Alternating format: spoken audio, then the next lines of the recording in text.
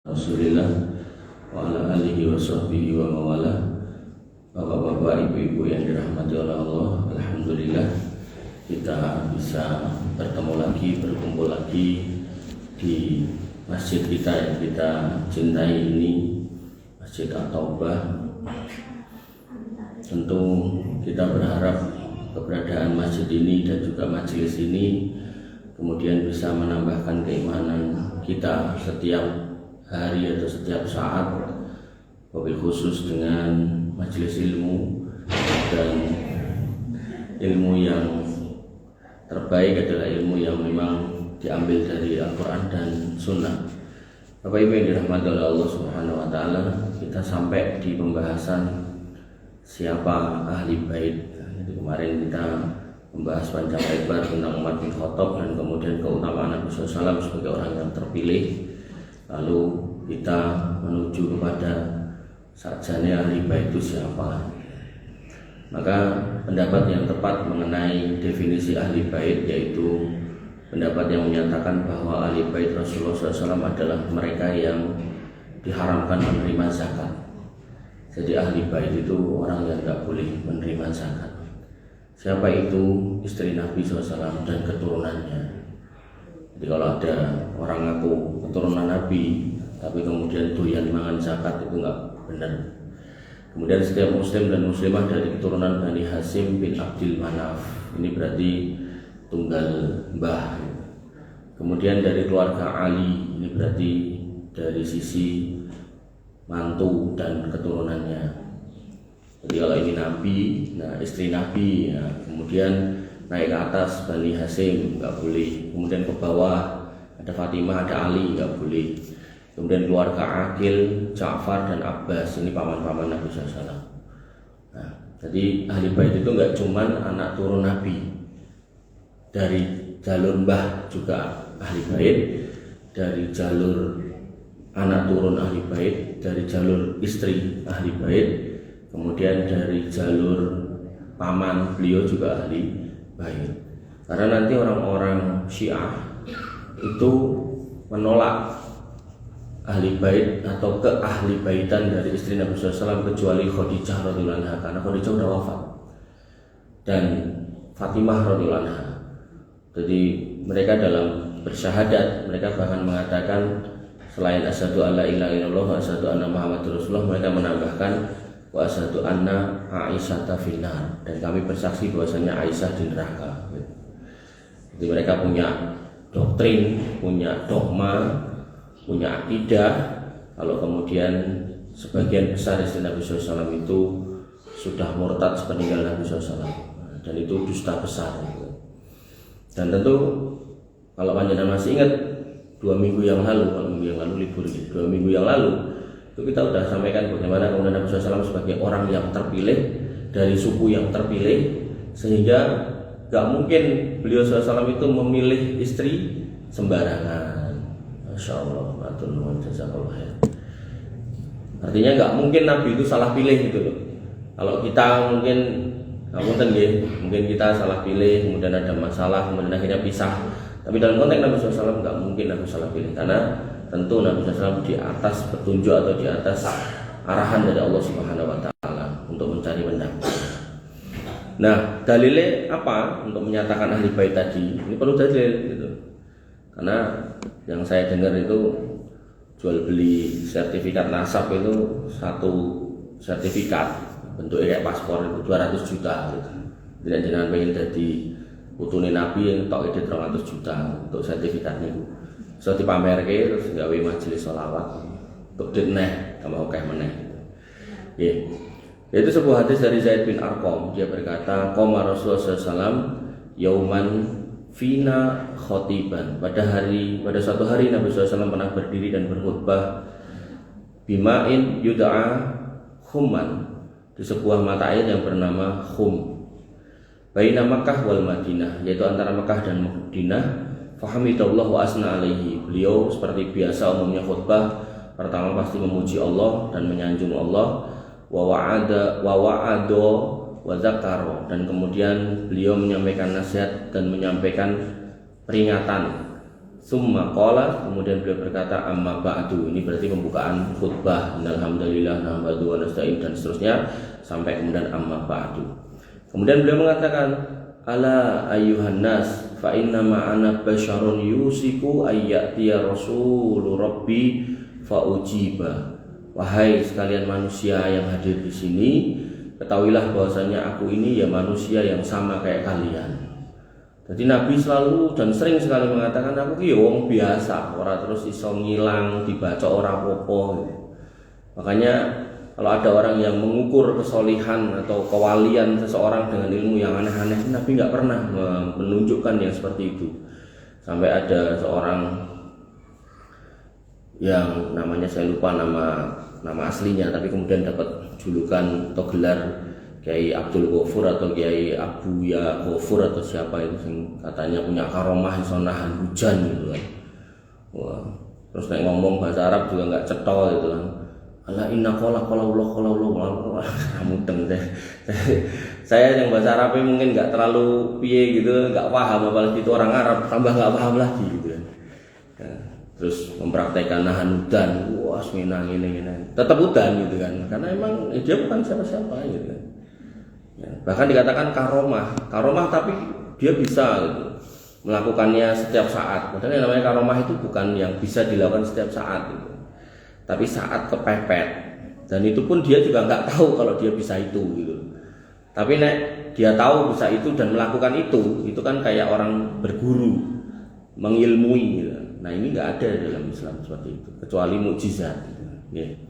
Nah kembali ke situ maka Nabi SAW mengatakan aku ini menungso biasa gitu kan. Sama kayak kalian, sama kayak kita gitu kan. Kemudian yusiku ayyatiya rasulu rabbi fa ujiba, tapi sebentar lagi utusan Robku yaitu malaikat maut akan datang dan dia diperkenankan. Maksudnya beliau mau wafat. Sebentar lagi aku mau wafat loh. Wa ana tarikun fikum sakolain, dan aku mau tinggalkan untuk kalian dua hal yang berat.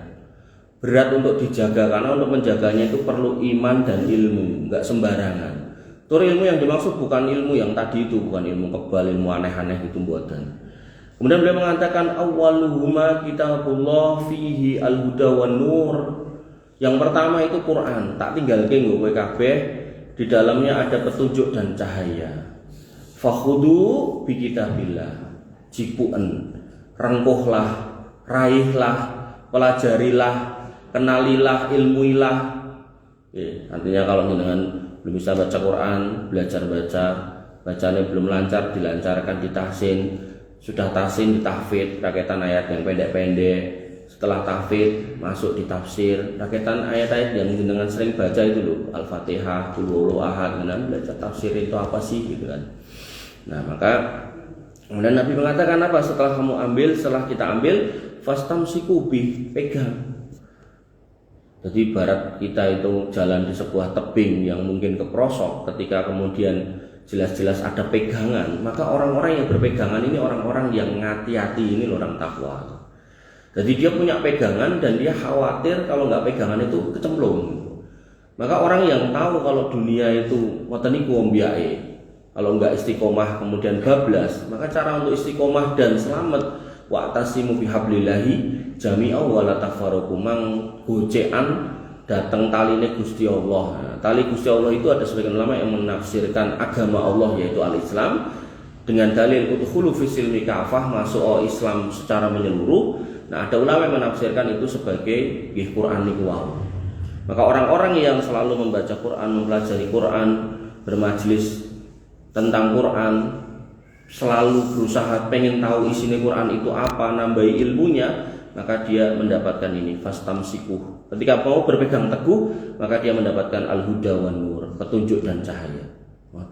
Tapi nek Quran di rumah kita mau digletakake nganti bleduken, malah pas dijikuk setahun pisan we dikrokoti tikus. Nah, maka ya kita akan jauh dari al-huda wan nur ini. Niku nggih yang pertama. Kemudian fahassa ala kitabillahi wa raghba fihi. Kemudian beliau mendorong dan menghimbau untuk mengamalkan Al-Qur'an. Maka ittaqullah mastata'tum. Jadi ketika panjenengan baca tentang perintah untuk sedekah, ya sedekah semampunya. Perintah untuk sholat, ya sholat 5 waktu. Kalau memang bisa berdiri, kalau bisa nggak bisa berdiri, ya duduk semampunya dan seterusnya. Ada perintah untuk haji, memang ada dananya, monggo budal mangkat, seperti itu. Kalau memang ada larangan, maka kita jauhi. Gitu. Pokoknya apa yang jenengan temukan dalam Quran, perintah jenengan lakukan, ada yang larangan jenengan jauhi, maka itulah ciri orang yang bertakwa. Asas takwa niku nggih namung niku, yaitu mengamalkan yang diperintahkan, menjauhi yang dilarang. Summa qala, kemudian beliau mengatakan lagi, nah tadi yang pertama kan beliau meninggalkan 2 hal yang berat, ini tak tinggalkan yang pertama tadi Al-Quran, yang kedua wa ahlu baiti, dan ahli baitku. Jadi sejak zaman Nabi itu Nabi menggunakan istilah untuk keluarga beliau itu ahlu bait, bukan yang lain, bukan Habib, bukan Sarifah, tapi ahlu bait. Kemudian udzakirukumullah fi ahli baiti, dan aku memperingatkan kamu, tak eleke tak wanti-wanti babakan ahli baitku.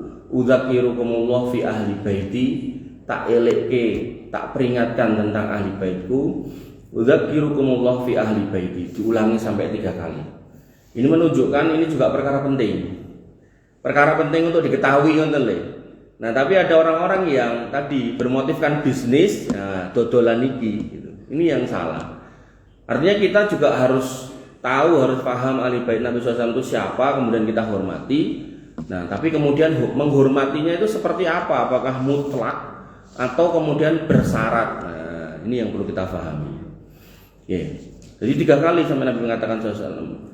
Faqala lahu Husain, kemudian Husain berkata kepada Zaid yang meriwayatkan ayat di sini, "Wa man ahlu baiti?" Yang mencisahkan ini kan Zaid. Siapa ahli baitnya itu? Kemudian Zaid pun berkata, "Ya Zaid, alaisa nisa'uhu min ahli bait?" kata Husain. Bukankah istri-istri beliau itu ahli baitnya? Kata si Husain gitu. Qala, kata Zaid bin Arqam, nisa'uhu min ahli bait. Benar, istrinya yo ahli bait. Ini pernyataan tegas kalau orang yang mengkafirkan istri Nabi Muhammad SAW itu salah, sangat salah. Sehingga kalau panjenengan ketemu sama orang-orang kayak gitu, ora usah dijak debat, ora usah dijak eker-ekeran, ditinggal mawon. Karena dalam sebuah hadis Nabi mengatakan siapa orang yang berdebat meninggalkan debat sedangkan dia benar, maka akan dicepakkan, disiapkan istana di tepian surga. Ini menunjukkan meninggalkan perdebatan itu hal yang baik daripada berdebat. Tapi kalau seseorang ini bisa dikandani, bedakan antara berdebat dengan mendakwai. Nah, dikai ngerti, dituduhke ilmunya, dia mau nerima, monggo. Tapi kalau ujungnya nanti debat, tinggal. Makanya Imam Malik itu pernah ditantang berdebat. Nek panjenengan masih ingat di bab debat kita pernah bahas, pernah ditantang berdebat. Syekh, wahai Imam, ayo debat karo aku. Nek sampean menang, aku melu sampean. Nek sampean kalah, sampean melu aku. Oh ngono Mas. Nggih, saiki tak tekoki. Mengko nek kowe menang, aku melu kowe, ya toh. Lah engko kowe ketemu wong liya sing luwih pinter, kowe debat kowe kalah. Kowe melu sapa? Ya melu wong kae. Ya wis kuwi agamamu, agamaku ora ngono. Agamaku ya sing tak yakini iki, nek kowe takok tak jawab, nek aku mau debat. Nah, gampangnya ngoten bahasa gampangnya. Sehingga agama Islam itu bukan agama yang untuk diperdebatkan. Apalagi ngapunten ketika kita menghadapi orang-orang yang ngajak debat itu pun kita ngapunten ilmunya kurang. Makanya banyak orang yang ilmunya jane kurang, ning rumangsa sanggup terus debat, akhirnya kepelepekan ya, akhirnya malah pindah agama, murtad. Alhamdulillah ya. Makanya kalau memang kita ilmunya kurang, pokoknya enggak usah. Kemudian ya Zaid alaisa nisa'uhu min ahli bait tadi udah. Kemudian walakin akan tetapi kata Zaid bin Arqam, ahlu baitihi man hurima as-shadaqah ba'dahu. Yang namanya ahli bait Rasulullah SAW adalah yang diharamkan zakat setelahnya, setelah Nabi wafat gitu kan. Qala wa man hum, kata Husain, siapa orang-orang yang diharamkan zakat itu? Kemudian Zaid menjawab, hum alu aliyin wa alu aqil. Mereka ini adalah keluarganya Ali, berarti Ali bin Abi Thalib dan anak turunnya beserta istri-istrinya. Jadi istri Ali bin Abi Thalib bukan cuma Fatimah tok nih. Ali pernah nikah, setelah Fatimah Ali juga nikah dengan yang lain gitu loh. Nah, itu juga keluarga ahli bait. Wa Ali Aqil, nah, ini juga masih saudaraan dengan Ali bin Abi Thalib, itu juga keluarga dari ahli bait. Kemudian wa Ali Ja'far ini pamane Nabi, wa Ali Abbas, dan Abbas ini pamane Nabi, berarti sepupu-sepupu Nabi SAW itu juga ahli bait. Wadan. Jadi nggak cuman dari anak turun Hasan Husain toh. Qala, kata Husain, kullu haula'i hurima shadaqah. Apakah mereka semua itu diharamkan zakat, memakan zakat? Qala na'am, iya. Sehingga ini menjadi dalil kalau ahli bait Nabi itu banyak. Kemudian ada pula hadis dari Ibnu Abi Mulaikah, dia berkata, ana Khalid ibn Sa'id ba'asa ila Aisyah bi Baqarah. Bahasanya yang namanya Khalid bin Sa'id pernah diutus kepada Aisyah radhiyallahu anha membawa seekor Baqarah niku sapi. Kemudian minas shadaqah, dari harta zakat. Jadi zakat itu kan ada zakat mal. Nah, zakat mal itu bisa bentuknya mata uang, artinya emas atau perak, bisa juga bentuknya pertanian, berarti nek zaman mriko nggih, temriko nika berarti kurma. Ada juga bisa bentuknya binatang ternak. Jadi kalau orang punya ternak, nanti ada sebagian yang dibayarkan zakat. Nah, ini bentuknya sedekahnya atau harta zakatnya adalah sapi. Nah, ini mau dikasihkan. Kemudian faradatha, Aisyah menolak, enggak mau. Waqalat, dan kemudian Aisyah mengatakan, inna, kami ala Muhammadin sallallahu alaihi wasallam. Kami keluarga Nabi Muhammad sallallahu alaihi wasallam la tahillu lana as-shadaqah. Enggak halal buat kami makan zakat. Jadi ini menjadi dalil juga kalau ibunda kaum muslimin Aisyah radhiyallahu anha menyatakan kalau kami ini keluarga Nabi Muhammad dan kami enggak mau makan zakat. Ini dalil. Nah, kemudian Al-Quran menegaskan bahwasanya ahli bait itu orang yang mulia. Sekali lagi, ini pondasinya. Nanti akan muncul orang-orang yang menyelewengkan itu, sampai mereka mengatakan Habib Fulan bin Fulan itu Isra Mi'raj seumur hidupnya itu 70 kali. Sedangkan Nabi orang yang paling mulia. Jadi ahli bait itu orang mulia, tapi kemudian Nabi adalah orang yang paling mulia. Itu Isra Mi'raj cuma sekali.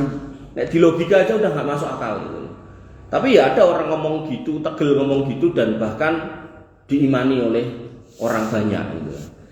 Padahal nggak ada dalilnya. Nah, sedangkan kita berusaha untuk menyampaikan satu demi satu itu pakai dalil semua gitu, agar kemudian agama ini benar-benar tegak di atas dasar yang kuat, bukan cuma sekedar doktrinasi, bukan cuma sekedar melu-melu, rugu-rugu gedang, boten, tapi pakai dasar agar panjenengan juga pasnya kali ini ku aman. Makanya tadi nek panjenengan ingat ketika dikatakan bahwasanya Quran itu di dalamnya ada huda wa nur, maka ambillah dan famtasikuhu, dan peganglah gitu. Nah, maka yang disampaikan atau saya sampaikan pelan-pelan yaitu pakai dalil satu-satu. Nah, ahli bait itu orang yang mulia atau manusia-manusia yang mulia. Ditegaskan dalam Quran surat Al-Ahzab ayat 33, Allah Ta'ala berfirman, innama yuridullahu liyudhiba ankumur rijsa ahlal bait wa yutahhirakum tadhira. Sungguhnya Allah bermaksud tidak menghilangkan dosa dari kamu wahai ahlul bait dan membersihkan kamu sebersih-bersihnya. Malah padu. Oh. Anda ke Pak Mulu. Nah, Ibnu Abbas radhiyallahu anhu mengartikan ar-rijs dalam ayat tersebut dengan amal perbuatan setan yang tidak diridhoi Allah, sedangkan Qatadah menafsirkan dengan as-su, keburukan. Jadi Allah ingin ahlu bait itu dibersihkan dari yang namanya dosa, yang namanya amal-amal jelek. Jadi ahli bait itu nggak ada yang jelek. Makanya tadi saya tegaskan di awal, kok enek atau ada kelompok tertentu yang menjelek-jelekkan ahli bait sampai mengatakan Aisyah finnar dan seterusnya, itu jelas orang jelek. Ngoten nggih. Sama halnya ketika Nabi SAW menegaskan kalau Ali bin Abi Thalib ini ahli surga, kok kemudian muncul Abdurrahman ibnu Muljam yang membunuh beliau, ya jelas yang bunuh ini lebih jelek gitu, orang jelek gitu. Jadi kalau ada kebaikan, lawannya mesti kejelekan. Kalau Nabi sudah mengatakan ini baik, kok dipateni, ya sing mateni pasti jelek. Makanya mengidentifikasi kayak gini nih kalau nggak hati-hati biasanya keliru. Karena mereka yang melakukan ini punya dalil itu. Nah, termasuk ketika Allah menegaskan kalau ahli bait itu pengen tak sucikan namanya, kehormatannya gitu kan. Ini Allah yang menghendaki, Allah yang menginginkan. Kok tiba-tiba muncul kelompok yang menjelek-jelekkan, iki mesti jelek. Nah, gitu. Ngoten nggih. Diam. Jangan ramai. Nah, kemudian Allah juga menegaskan wajibnya mencintai ahlul bait. Sekali lagi ini masih pakai istilah ahlul bait. Dalam Quran surat Asy-Syu'ara ayat 23, Allah Subhanahu wa taala mengatakan, "Dzalikal ladzi yubassirullahu ibadahu alladziina aamanu wa 'amilus shalihat, qul la as'alukum 'alaihi ajra illal mawaddata fil qurba wa may yaktarif hasanatan nazzat lahu fiha husna innallaha ghafurun syakur." Itulah karunia yang dengan itu Allah menggembirakan hamba-hambanya yang beriman dan mengerjakan amal yang solih. Maka katakanlah, aku tidak minta kepadamu sesuatu upah pun atau seruan kecuali kasih sayang dalam kekeluargaan. Dan siapa yang mengerjakan kebaikan dan akan kami tambahkan baginya kebaikan pada kebaikan itu, sesungguhnya Allah Maha Pengampun lagi Maha Mensyukuri. Sehingga dalam konteks ini bahwasanya Nabi tidak meminta apapun kepada umatnya. Nabi nggak pernah minta-minta, tapi yang Nabi seru adalah kasih sayang dalam kekeluargaan. Ini menjadi dalil bahwasanya orang-orang beriman juga harus mencintai keluarga Nabi Shallallahu Alaihi Wasallam. Sehingga Nabi menegaskan dalam sebuah hadis, "Ahibbu ahla baiti li hubbi." Cintailah ahli baitku karena kecintaan kepadaku. Jadi cinta kita kepada ahli bait karena kita mencintai Nabi. Ngoten nggih. Nah, nanti konteks cinta kita kepada Nabi ditegaskan dalam sebuah ayat, "In kuntum tuhibbunallah fattabi'uni." Nek panjenengan ngaku cinta Allah, mang ikuti Nabi. Nek jenengan cintai ahli bait, cintanya karena Nabi. Sehingga ini dua dalil ini kalau digabung berarti jenengan nek mau mencintai ahli bait, maka cintailah ahli bait yang ngikuti jejak kakeknya, yang mana pasti nggak akan bertentangan dengan Al-Quran. Nah, ngoten. Jadi dua dalil ini nek digatokke niku ketemu ning ngoten. Makanya tadi saya bilang, ada ahli bait ngaku ahli bait ngomong kalau si fulan ini Isra Mi'raj 70 kali, kok datuknya mbahnya cuma sekali. Ini berarti ahli bait ra cetha. Ngoten nggih. Jadi bukan kita membenci ahli baitnya, bukan, tapi orang ini loh ngaku ahli bait tapi njaluk dicintai, tapi dadak ngomong sing ora-ora gitu. Nah, ini yang perlu kita clearkan. Jadi bukan terus iki wong iki benci karo ahli bait, mboten. Justru itu perintah agama kita, perintah keimanan kita untuk mencintai ahli bait. Ning di sini dikatakan li hubbi. Nek kamu mencintai ahli bait itu karena kamu tuh cinta saya, makanya karena saya punya keturunan, itu buat cintai gitu loh. Nah, cinta kepada Nabi itu harus sinkron dengan cinta kepada Allah. Artinya kalau kita mengaku cinta kepada Allah harus mengikuti Nabi, kadang-kadang. Nah, dua dalil ini kalau dipadukan, maka ketemunya kalau kita mau mencintai ahli bait gitu kan, maka pastikan amal si ahli bait sesuai dengan amal Rasulullah Shallallahu Alaihi Wasallam. Kemudian bahkan para sahabat termasuk Khulafaur Rasyidin Abu Bakar As-Siddiq pun mengatakan, "Walladzi nafsi biyadihi," demi Allah yang menggenggam nyawa saya, kata Abu Bakar, "la qarabatu Rasulillah sallallahu alaihi wasallam ahabbu ilayya an asila min qarabati." Jadi keluarga Nabi SAW itu nek tak sambung hubungannya, artinya saya silaturahmi, saya mendatangi mereka itu lebih saya senangi tinimbang nekani keluargaku dewi. Ini menunjukkan keutamaan para ahli bait di mata Abu Bakar As-Siddiq. Kemudian beliau juga mengatakan, "Arkubu Muhammadan sallallahu alaihi wasallam fi ahli baiti." Jagalah Muhammad SAW terhadap ahli baitnya. Maksudnya adalah menjaga beliau dengan tidak mencela dan menyakiti ahli bait.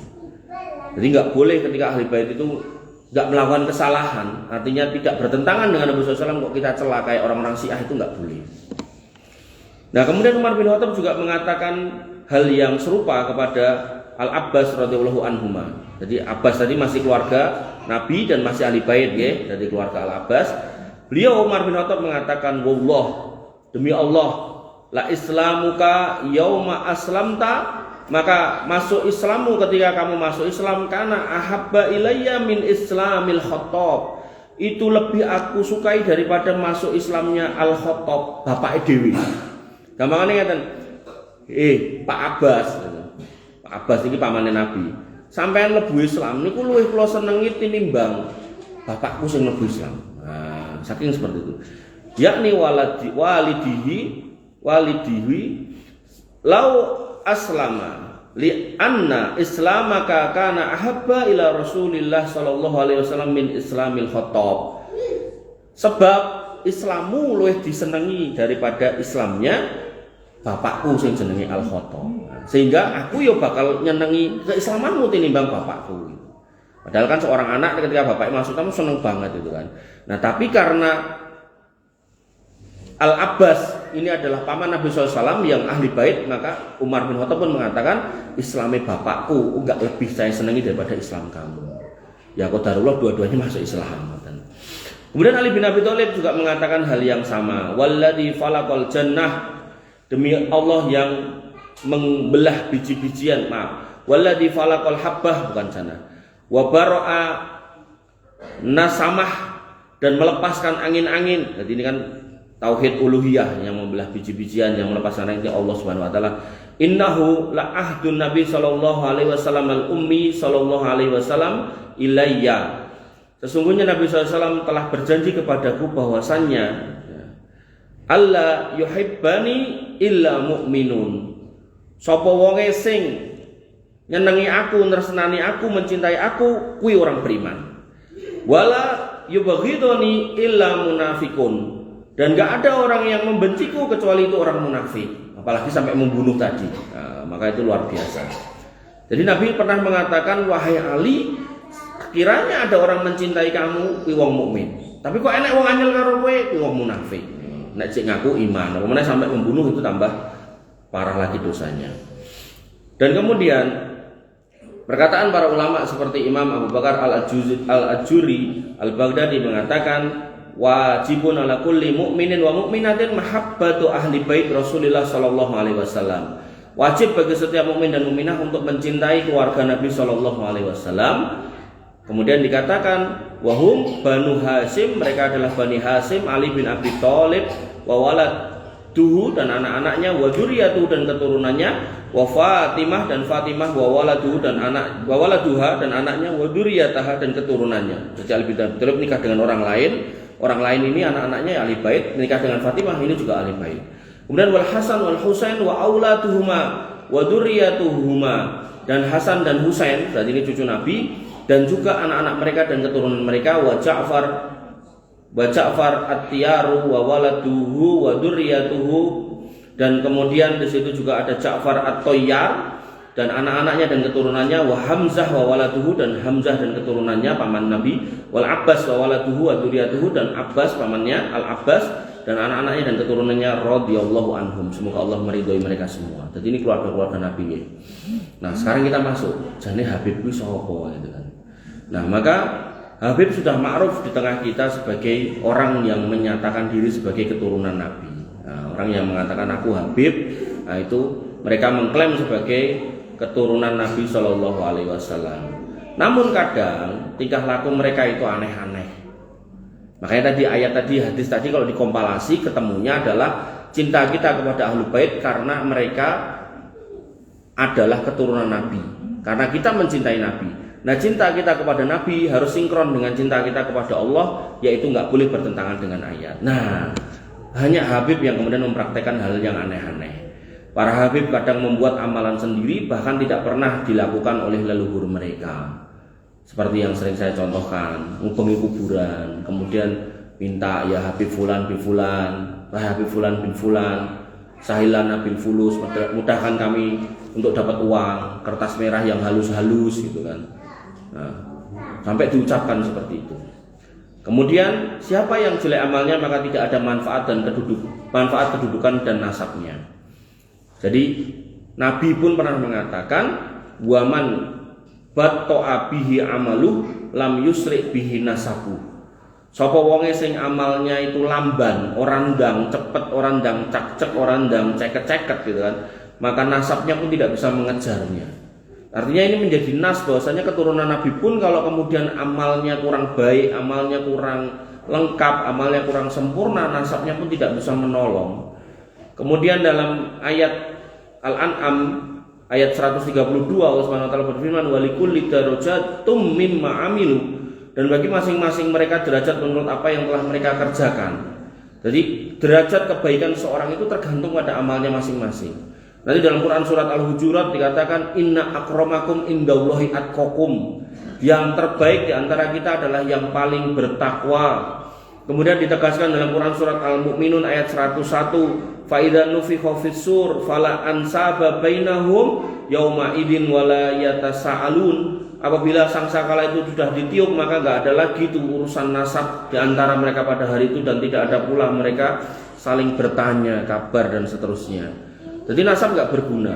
Bahkan Nabi SAW pernah mengatakan kepada keluarganya ketika Nabi SAW mendapat risalah wa andir asirotakal akrobin, ketika ada ayat itu turun wa andir asirotakal akrobin, beliau mengumpulkan keluarganya dan beliau mengatakan ya maksaro Quraisy, wahai orang-orang Quraisy, au kalimatin nahwaha, atau yang semisal dengan itu, istaru anfusakum, tebusen awakmu dewe-dewe, selametno awakmu dewe-dewe, la ughni ankum minallahi say'a, aku ora iso nulung kowe nek kowe ora nyelametke awakmu dhewe. Gampangnya ngeten, nek kamu enggak beriman, nek kamu enggak bertakwa, nek kamu enggak meninggalkan agama nenek moyang, kowe ora iso tak ewangi, aku ora iso nulungi kowe.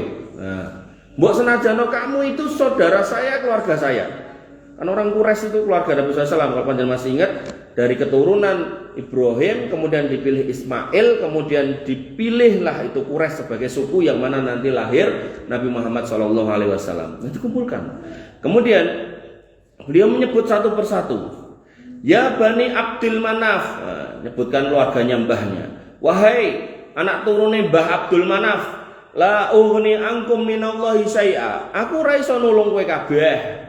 Ya Abbas ibni Abdul Muthalib, ini ahli bait semua. Wahai Abbas bin Abdul Muthalib, la ughni angka minallahi syai'a, aku ora iso nyelametke kamu sedikit pun. Wa ya Sofiyah ammata Rasulillah sallallahu alaihi wasallam, nikah adik bapake.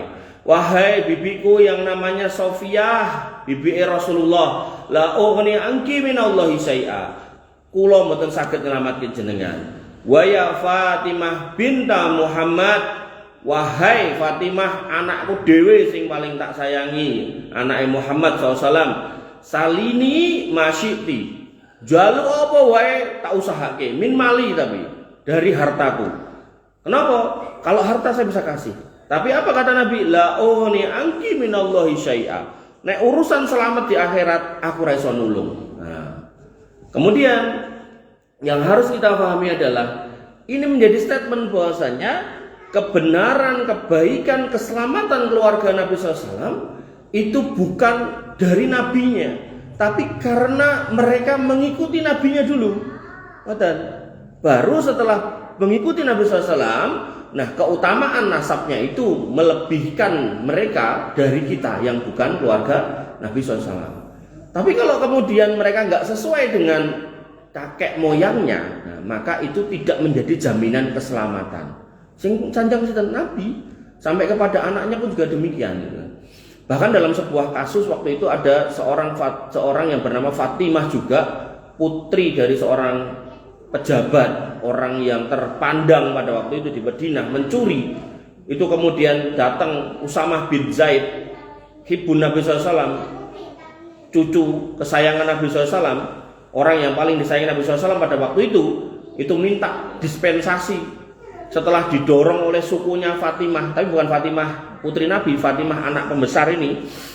Ya Rasul, Fatimah ini anaknya pejabat, mungkin nek diketok tangannya goro-goro maling, nak ngisini sukunya, ngisini warga kampungnya, mbok diparingi dispensasi, mboten diketok tangannya gitu kan.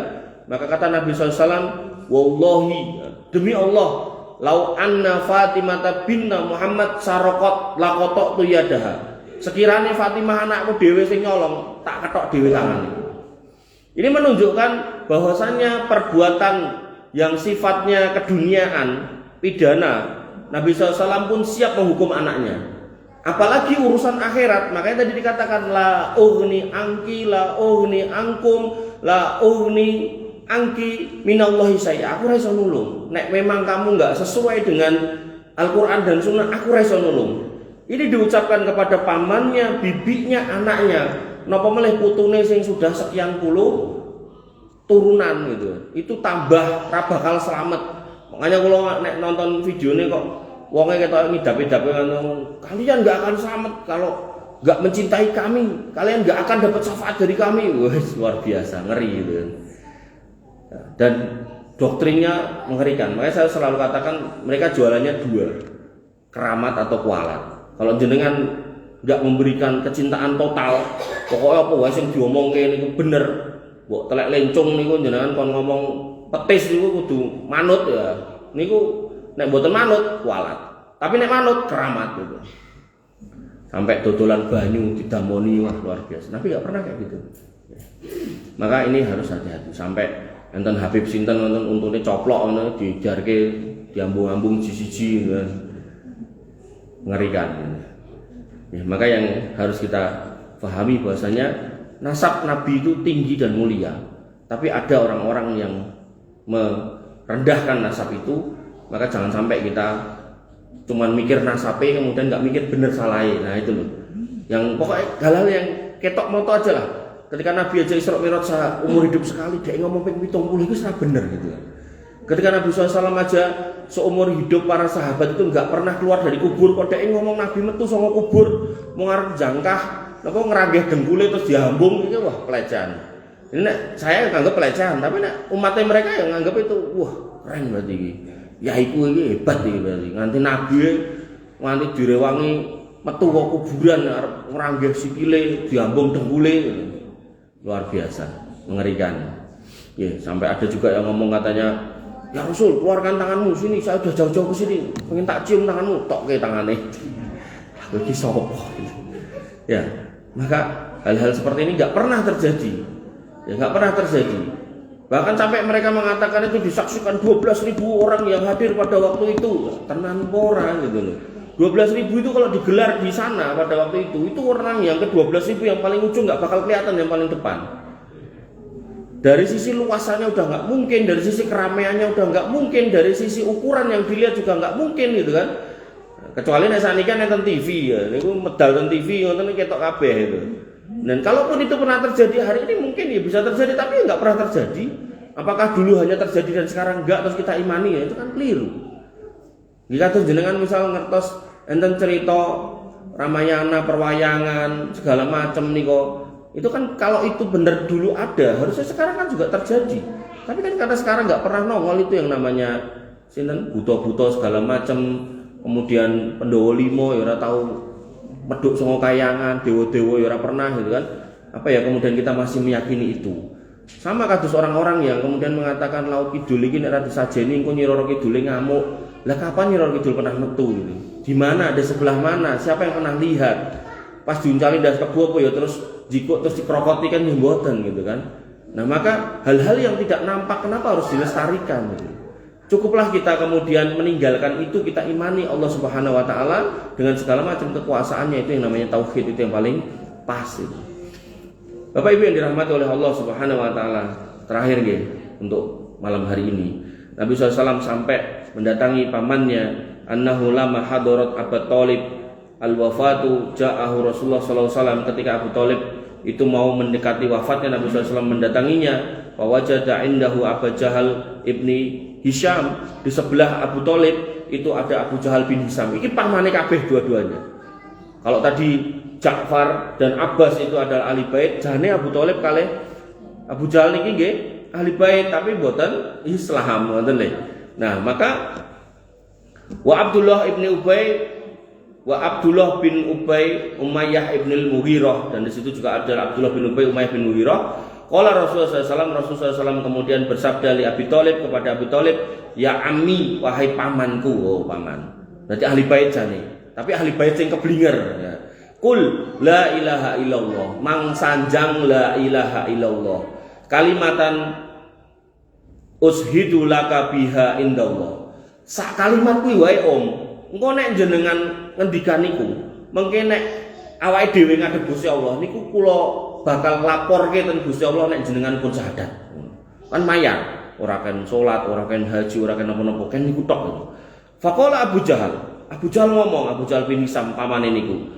Wa Abdullah bin Abi Umayyah bin Abi Umayyah dan juga Abdullah bin Abi Umayyah mengatakan, "Ya Aba Thalib, atarghabu an millata Abdul Muthalib." Apa kowe ra seneng karo agama nenek moyange awake dhewe, mbah kita yang namanya Abdul Muthalib, sing ngajari ngene ngono, sing ngajari sajen seterusnya gitu. Falam yazil Rasulullah sallallahu alaihi wasallam ya'riduha alaihi wa ya'udani bitilkal maqalah. Nabi belum ngomong lagi untuk ngajak syahadat, mereka wis baleni meneh, ngajak meneh, ngelarang meneh. Hatta qala Abu Thalib akhir ma kallamahum, sampai Abu Thalib mengakhiri kalimatnya dengan mengatakan huwa ala millati Abdul Muthalib. Aku tetap ning keyakinane bae awake dhewe le wahai Muhammad gitu kan. Wa aba ayyakula, dan dia menolak untuk mengatakan la ilaha illallah. Dia enggak mau bersyahadat. Faqala Rasulullah SAW, kemudian Nabi SAW bersabda, "Ama wallah la astaghfirunna laka malam unha angka." Nggih nek mekaten Om, nek memang jenengan pun mboten kersa. Jadi beliau sudah mengatakan wis cukup, aja mbok ajari aku meneh. Pokoknya aku ora bakal ngomong kuwi. Aku ora sadar. Aku jek tetep ning agamane mbae awake dhewe. Nek karep rono ning kono ya sekono lah ngono. Aku ora gitu. Maka beliau SAW karena saking cintanya, sejak kecil dirawat beliau, dijaga, diajak jalan sampai kemudian ketemu dengan Ibunda Khadijah juga bersama dengan pamannya ini gitu kan. Maka beliau mengatakan, nggih nek mengatakan paman gitu kan. Nek memang jenengan pilih ngoten, amma wallah, demi Allah gitu kan. La astaghfirunna, kula sak tenane bakal nyuwun ngapunten ten Gusti Allah malam unha angka. Sekirane mungkin mboten dipenging kalih Gusti Allah. Fa anzalallahu taala fi, kemudian Allah Subhanahu wa taala menurunkan ayat tentang ini, yaitu Quran surat At-Taubah ayat 113 yang berbunyi, "Makana linnabiyyi walladzina amanu ayastaghfiru lil musyrikina walau kanu uli qurba min ba'di ma tabayyana lahum annahum ashabul jahim." Maka enggak sepantasnya bagi orang beriman dan para nabi dan orang beriman untuk minta ampun untuk orang-orang musyrik, walaupun orang musyrik itu adalah saudaranya. Sesudah jelas bagi mereka bahwasanya orang musyrik itu adalah penghuni neraka. Kemudian dalam ayat yang lain Allah juga menurunkan ayat terkait peristiwa itu, innaka la tahdi man ahbabta walakinallaha yahdi may yasha wa huwa a'lamu bil muhtadin. Kowe ora bakal iso dudohi wong sing mbok senengi, tapi sing bakal ngekeki hidayah ya Gusti Allah. Wa huwa a'lamu bil muhtadin. Gusti Allah lebih paham mana yang mau menerima petunjuk. Bapak Ibu yang dirahmati oleh Allah Subhanahu wa taala, paman Nabi Abu Jahal dan Abu Thalib akhirnya menjadi orang-orang musyrik, yang Abu Thalibnya meninggal karena sakit, yang Abu Jahal mati dalam perang Badar.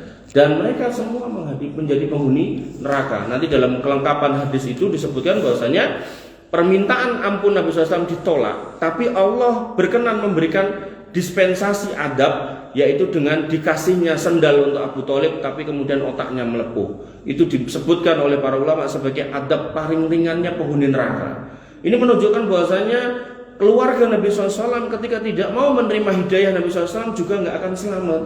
Makanya kalaupun mereka bergelar Habib, Syarifah dan seterusnya, tapi kalau kemudian mempraktekkan amalan-amalan kesyirikan, amalan-amalan yang bertentangan dengan ketauhidan, amalan-amalan yang gak pernah dicontohkan oleh nenek moyangnya, kakeknya dan seterusnya, maka tentu mereka juga dalam posisi yang salah. Sehingga kita juga nggak perlu kemudian ragu untuk kemudian tidak mengikutinya. Sebaliknya ketika mereka, ada seorang Habib di Jakarta itu, Habib Salim Muhdor kalau nggak salah, itu beliau berdakwah tentang tauhid, menjelaskan tentang akidah yang sesat, menjelaskan tentang kesyirikan. Kalau itu yang terjadi, maka beliau ini adalah orang yang sangat mulia, bahkan melebihi kemuliaan para ustadz seluruh Indonesia kalau perlu. Kalau emang benar kehabibannya benar gitu loh ya. Artinya kalau nasabnya benar. Jadi dia mendapatkan dua keutamaan sebagai ulama yang lurus dan sebagai keturunan Nabi SAW. Tapi kalau kemudian dia orang tertentu mengaku keturunan Nabi, tapi kemudian dakwahnya bertentangan dengan kakeknya, coret, sudah nggak bisa gitu kan. Walaupun ngaku, walaupun didoge sertifikat dan seterusnya, maka itu nggak berlaku. Mengatakan yang saya aturaken, mugi bermanfaat, kurang mengagungipun kula nyuwun pangapunten. Akhirul kalam, subhanakallahumma wa bihamdika, asyhadu an la ilaha illa anta, astaghfiruka wa atubu ilaik. Assalamualaikum warahmatullahi wabarakatuh.